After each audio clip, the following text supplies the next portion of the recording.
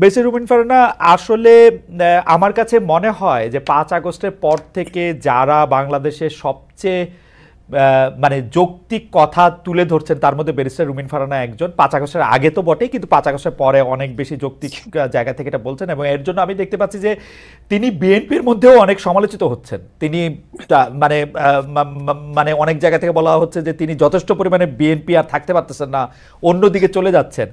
Barrister Farhana, এটা নিয়ে আপনি আমাদেরকে একটু বলবেন। আর আমার মান্না ভাই যেটা বললেন যে আসলে তো বড় বড় রাজনৈতিক দলরা, মানে এটা তো আসলে বিএনপি নামে আসে, যেটা করে দেখাতে পারে নাই, ওরা মৃত্যু দিয়ে রক্ত দিয়ে এটা করে দেখিয়েছে। এখন যে আমরা অনেকে এসে বলছি যে এটার ভাগও আমাদের চাই, আমাদের এটা করতে হবে সেটা করতে হবে, সেইটাও বা আপনি কিভাবে দেখেন? সংস্কারটা আপনার কাছে আসলে কি, কোনটা দেখলে আপনি বুঝবেন? মান্না ভাই খুব চমৎকার তার জায়গা থেকে বলেছেন যে কি হলে তিনি এটি বুঝবেন যে এদিকে আগাচ্ছে।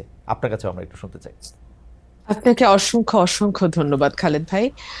আমি মনে করি যে 5ই অগস্ট এবং এর আগের 1 মাস পুরো দেশ, জাতি, রাষ্ট্র, সমাজ একটা বড় ধাক্কার মধ্যে দিয়ে গেছে।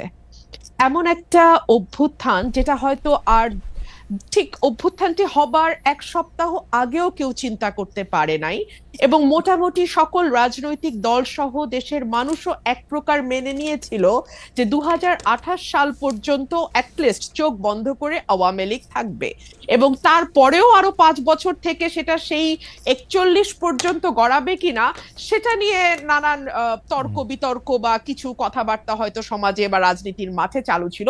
কিন্তু অ্যাটলিস্ট 28 পর্যন্ত মোটা দাগে সকলেই হাসিনাকে মেনে নিয়েছিল।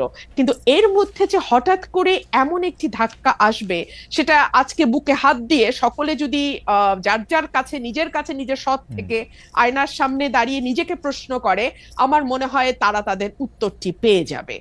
আর যে কথাটি আপনি বলছেন যে খুব বেশি বোধহয় আর পার্টিজান থাকা যাচ্ছে না, খুব বেশি বোধহয় বিএনপি আর আমাকে মনে হচ্ছে না, তার কারণ সম্ভবত এই ধাক্কাটি না আমার মনে হয় প্রত্যেকের ভেতরেই নাড়া দিয়ে গেছে। ধরুন, আমি যদি একজন ব্যক্তিগত রাজনীতিবিদের বা একজন রাজনৈতিক ক্ষুদ্র কর্মী এবং একজন আইনজীবী মানবাধিকার কর্মীর চোখ দিয়ে পুরো ঘটনাটিকে দেখি, আমার কাছে মনে হয়েছে কেবলমাত্র একটি নির্বাচন, কেবলমাত্র মন্ত্রিসভার মুখগুলোর পরিবর্তন, কিংবা কেবলমাত্র সংসদ সদস্যদের এক পালের পরিবর্তে অন্য পাল গিয়ে সংসদে বসে যাওয়ার জন্যই এই 2000 মানুষ রক্ত দেয়নি।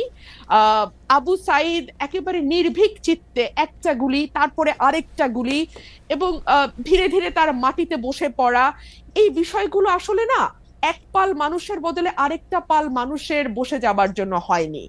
এবং আমার কাছে মনে হয়েছে যে আমার চিন্তার জগতে যে বিরাট একটি ধাক্কা লেগেছে, এই ধাক্কাটি আসলে সকলেরই কম বেশি লেগেছে, কিন্তু এটার স্থায়িত্ব বা এটার ইম্প্যাক্ট এক একজনের জীবনে এক এক রকম হবে।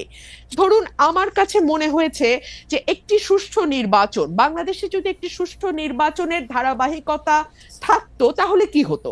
তাহলে 2014 সালে হাইলি লাইকলি বিএনপি সরকার গঠন করত এবং শেখ হাসিনা এবং আওয়ামী লীগ বিরোধী দলে বসতো।